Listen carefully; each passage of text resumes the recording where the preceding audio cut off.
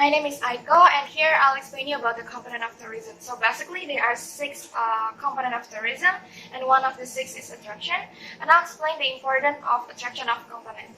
So attraction is the most important element and also influences a person to pull towards destination, or it inspires them to make a visit or travel. And in every country, it has different types of attraction which attract the tourists. But the lack of attraction cannot pull visitors, and tourists can be attracted by various attractions, example like sunrise, waterfall, trekking, or maybe historical sites and anything else. So, tourist attraction can be divided into three parts. The first one is site attraction, world attraction, and the last one is event attraction. I'll explain it to you one by one. So the first one, site attraction. This attraction is created by nature and has been formed by natural process. Example, Genting National Park. So Genting National Park is a tropical national park and it's established in 1982 and covers a total area of 33,268 hectares of land and maritime environments. So the national park it includes mountains, forests, pastura, lakes, sand dunes, beach, coral reefs, and also personal with Mother Nature. The second one is built attraction. So this attraction is those which have been built through humans. Example, the Dragon and Tiger Pagoda. So the Dragon and Tiger Pagoda is a temple that located at Lotus Lake and it was built in 1976.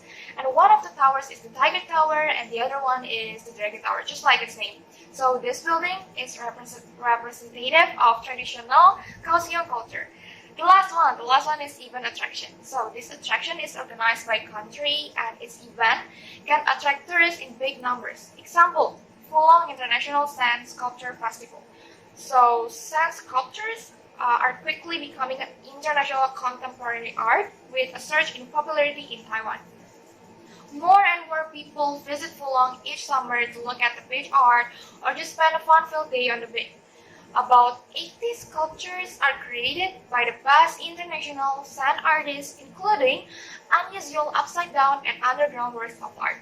Thank you. Next, I will explain the element of the transportation section. There are three types for vehicle use in Taiwan. The first is land transportation. This is the mode of transportation that you will often use when traveling in Taiwan. Taiwan High-Speed Rail, since it was officially opened in 2007. High-speed rail has become the fastest means of transportation in Taiwan. Bus. Bus is public transportation that is always available in all countries. Besides being able to carry many passengers, bus can reach more places. The Taiwan bus schedule is available 24 hours.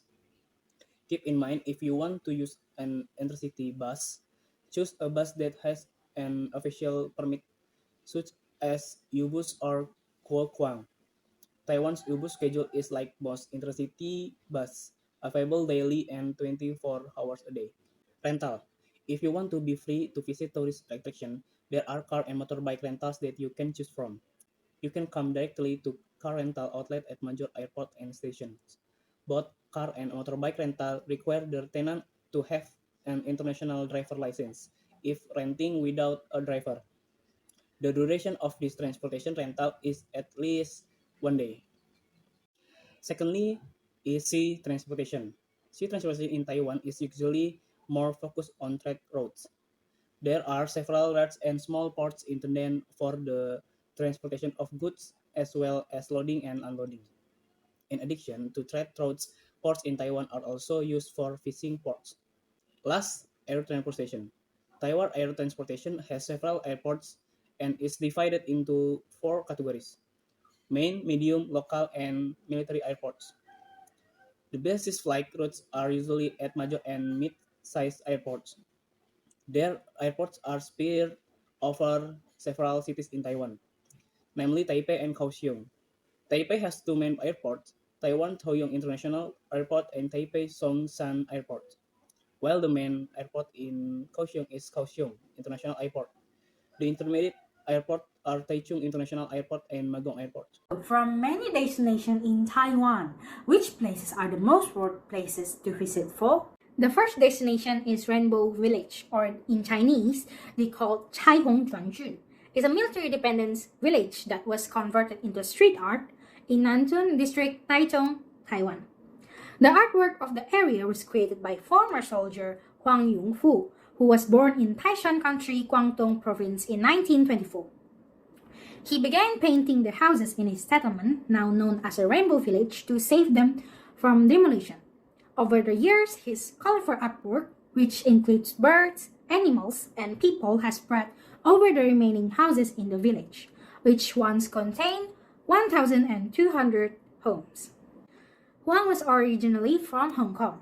He joined the National Revolutionary Army, or NRA, in 1946 to fight people's liberation in mainland China during the Chinese Civil War. In 1949, many of the defeated NRA troops followed their leader, Chiang Kai-shek, as he fled to Taiwan.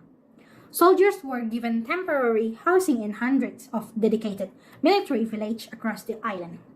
Eventually, some settlements became permanent, and many veterans and their families were left to spend much of their lives in that area. Many houses became run down, and developers began buying up the land for redevelopment. Residents were offered compensation or new housing to move, but Huang remained even after his neighbors had left, and only 11 homes remained. Bored being the only left person in the village, he began painting a bird inside his house, and his artwork grew from there. Local university students discovered Huang's work and campaigned to save the village. Authorities eventually agreed that it should be preserved and hopefully became a designated cultural area. And until now, Rainbow Village became one of the most popular tourist destinations in Taiwan, alongside with nearby Art Street pulling in more than 1 million visitors annually, mostly from Asia. The village started opening from 8 a.m. until 6 p.m. every day, including weekends. The second destination is Shilin Night Market. Shilin Night Market is a night market in Shilin District, Taipei, Taiwan, and is often considered to be the largest and most famous night market in Taiwan. The night market consists of two major elements: general merchandise and local cuisine. Along the western edge of the market is the Shilin Night Market food court, which I'm sure you can already expect it's really heaven for foodies out there.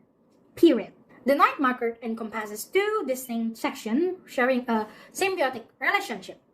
A section formerly housed in the old Shilin Market building, containing mostly food vendors and small restaurants, and the surrounding businesses and shops selling other non-food items. The food court holds 539 stalls, and the second floor serves as a parking lot. In addition to the food court, side street and alleys are lined with storefronts and roadside stands. Cinemas, video carts, and karaoke bars are also prevalent in the area. Crowds reach their peak between 8 p.m. until 11 p.m. Businesses continue operating well past midnight and closing around 1 a.m. or 2. If you are going to visit this night market, you must try some of their food and drinks, such as bubble tea, fried buns, fried chicken fillet, oyster omelette, peanut candy, stinky tofu, Taiwanese tempura, cold noodles, and papaya milk. 3 tourist attractions. 1. Taipei.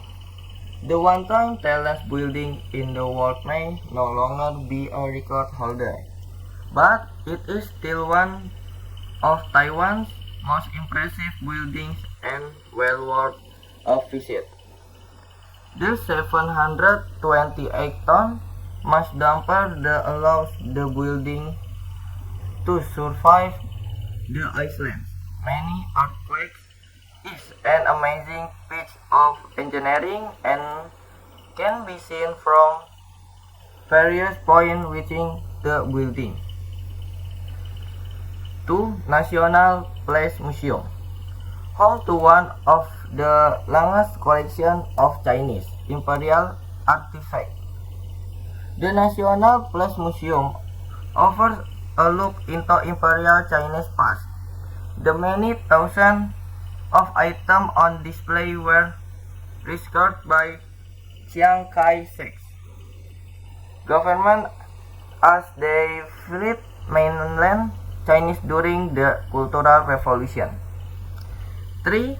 Taroko Gorge, a couple of horse train ride from Taipei Live.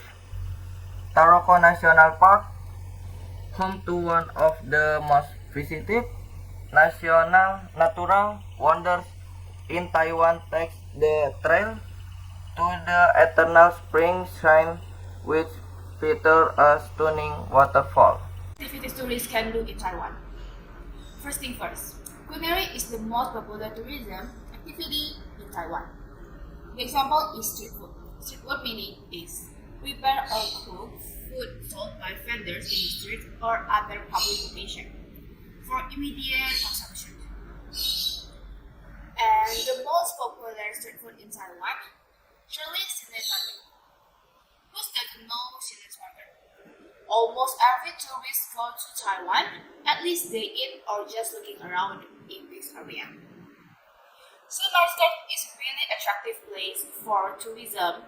This market is located in the center of capital city, which is Taipei. The visitor will be easily find this place. This place is pretty good because the vibes on this area really give a sense of togetherness because of the colorful lights and the food. Also, yes and maybe we can only find the type of culinary in Sea market.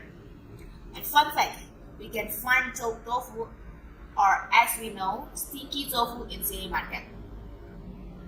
And the second thing is cultures. As we know, Asia have a unique cultures and one of them in Taiwan. It is undeniable that Taiwan has many unique cultures. Culture means the customs, art, social institutions, and achievement of a particular nations, peoples, or other social group. So we can find it on Confucius temples or Longshan temple in Taiwan. Last but not least, the capital is the most important city or town of the country or region, usually its seat of government and administrative center. Same as Taipei, the capital city of Taiwan. The most popular building is Taipei 101, and the fun fact is before Burj Khalifa crowned as the tallest building in the world, Taipei 101 have been done being the tallest building in the world. 3 interesting facts about Taiwan. The first one is the national dish is the stinky tofu. It was described by an owner of a street food stand in Taiwan. He said, "It's hard on the nose but easy on the tongue." Stinky food is a Taiwanese form of a fermented tofu that has a pungent odor. They say that it smells like wet socks or strong blue cheese. The stink is very strong and can be smelled from 300 meters distance. So there is a matter why it usually sold in the street stand instead of the restaurant. Traditionally, the stinky tofu is made by marinating it in a special brine for weeks or even months. Each producer has their own secret recipes for the brine, but usually it includes fermented milk, vegetables, meat, and fish. Stinky tofu is often served with side dishes like pickled cabbage, cucumber, chili, and soy sauce. The second one is the funeral. Guests at the Chinese funeral wear some color like white and not to wear any jewelry. Bright and colorful clothing, especially red, must be avoided as these colors are associated with happiness. Black is acceptable, and the kiss was 80 or above.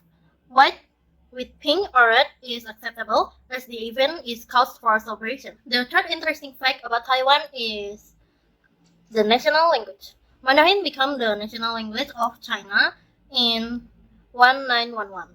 Mandarin was introduced to Taiwan school after the Republic of China took over Taiwan and its surrounding island from Japan and became the official language of Taiwan. When the Chinese occupied the Kuomintang, they used Standard Mandarin as the official language.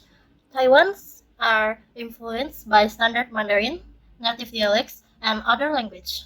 Standard Mandarin is the language used in school spoken by the Taiwanese under the age of 60.